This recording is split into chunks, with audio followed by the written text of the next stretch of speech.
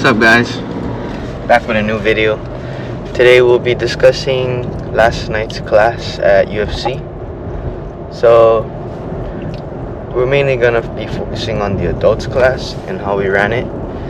So in the beginning, it was warming up with a technique that we already know. So my idea behind this is we can refresh something without having to go too in depth, right? We can just refresh some of the techniques, clean it up, get some warm up in, feel it out using a live body. Okay, we do that maybe 5 to 10 minutes, and I was also altering the situation.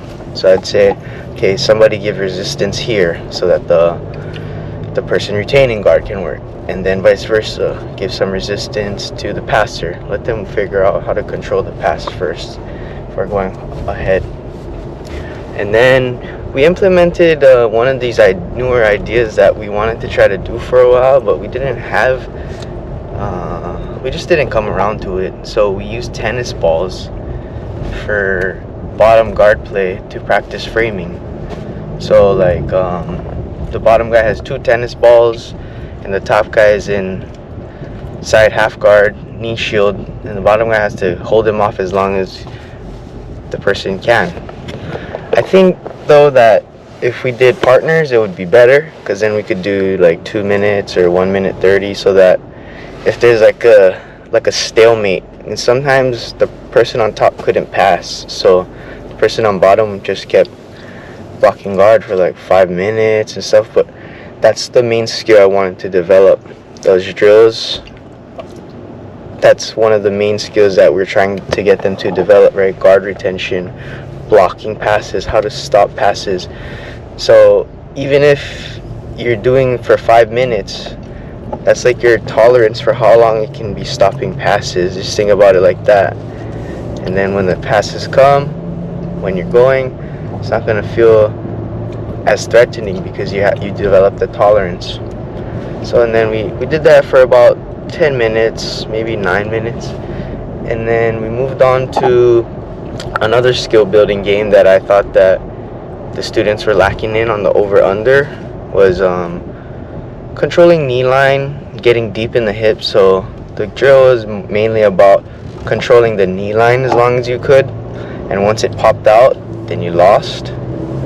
So again, further cornering them into doing something specific. I want to try figure out ways that I can influence them to act appropriately in certain positions, right? Because that's all it is. And coming up, when you're doing jiu-jitsu yourself, right, you're gaining knowledge about positions. You want to make sure that it flows well and it's easily attainable, but also thorough enough to get the specifics underway without, it's a different video. But last we did another open guard passing drill. The top guy has 1 ball, the bottom guy has 2 balls. Same thing, bottom guy can sweep now because they have no hands. You can sweep with two balls in your hand. That's pretty darn good. So finished off the active physical part of the class there, another 10 minutes, and then we moved on because I noticed that when I gauge the room, everybody's tired, just like every class, right?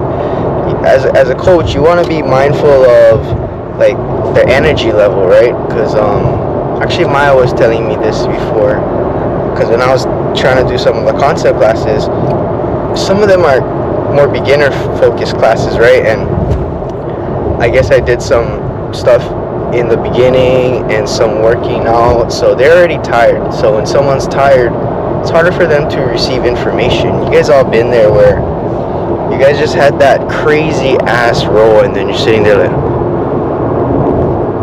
and then you're just like, what the heck? And then they're trying to tell you, and you're just like, and then next time you might remember, you might not, right? Depending how good your memory is. But I added in the discussion period so that just like in school we have peer reviews and evaluation time, so that there's like a little checks and balance system where, okay, what is he doing? What am I doing? What are they trying to do? Where am I lacking? Basically, I'm trying to get the students to conversate amongst themselves about problems that they're encountering, or if they see that they can help their partner out.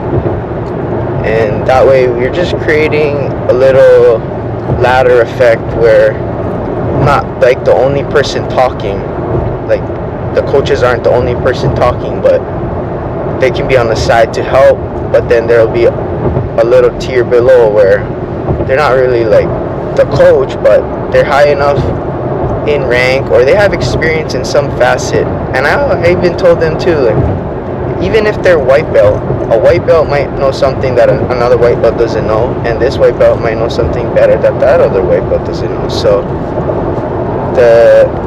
that's the beauty in being able to leverage your gym properly, right? Your partners. This is how you're supposed to be leveraging them, not just trying to go hard against them like, oh man, that was a good round. Yes, we do need our tough rounds every so often, and when we're nearing a competition. But if we're not near a competition, we need to try to evaluate. Holy crap, my hair looks crazy. We need to evaluate what we should be focusing on and try to key in on that. And I feel that sometimes with other class structures, the variety is too broad. Like if there's a technique, yes, there's like 4 pieces involved or something, right? And I know that's not something that's traditional, but my idea, like the painter idea, I'll show you the picture, but I'm not going to show you how to paint it in one day, maybe generally. But we're going to have to spend time on individual parts so that we can strengthen them up, right? We're going to always have to go back and go ahead, but stressing those main points about the techniques will that's what I want to start to get ingrained in their head. And then, you know, refinement and time in the position, that's the most important. If you're just doing rounds, okay, you're getting experience rolling, full rounds, right? But I think also including positional sparring, even constraint based, where you make it hyper specific in different areas that you feel like your room needs attention to. Submission rounds where you start in a submission, rounds where you start down points, right? All of the scenarios form the kind of mindset you need to come into in different situations, right? The more situations that you get under your belt and how to act accordingly, you're less likely to want to freak out when there's something happens and you don't know what's going on. You'll be prepared. So you prepare for battle, you'll have better success than if you just leave it up to chance. I just wanted to add that I think when we did that discussion part at the end, I feel like this energy from the room coming out, like it wasn't even like, okay, you 3 talk, you 4 talk, okay, you 2 talk. Like everybody just gravitated to a certain area. They just turned and started facing each other and talking about, I don't know what they were talking about, different techniques or positions or ideas. It was like demonstrating stuff. Yeah, I mean, I think it was going on for at least 10 minutes, like straight, right? And Carter came by and said, "Oh, should we just end class and let the people keep talking?" And I think somebody said, "Nah, I think we better like officially close the class so they know it's done, and then we can start rolling after that." So we did close the class, but it was very, I mean, it was something that I didn't even know how you thought of that idea, but I think it had a lot of value to the people there. I had multiple people tell me, "Wow, that was a really good class. I really enjoyed it. That was so good." And I think last night helped too, because I mean, like Cart said, you don't have to be an upper belt to show people the way or explain things, but we did have a fair amount of colored belts last night to kind of probably lead some of the kind of small group discussions, and that was super good. I liked that. I think think we should probably try to incorporate that a little bit more. Yeah, what you think? Yeah.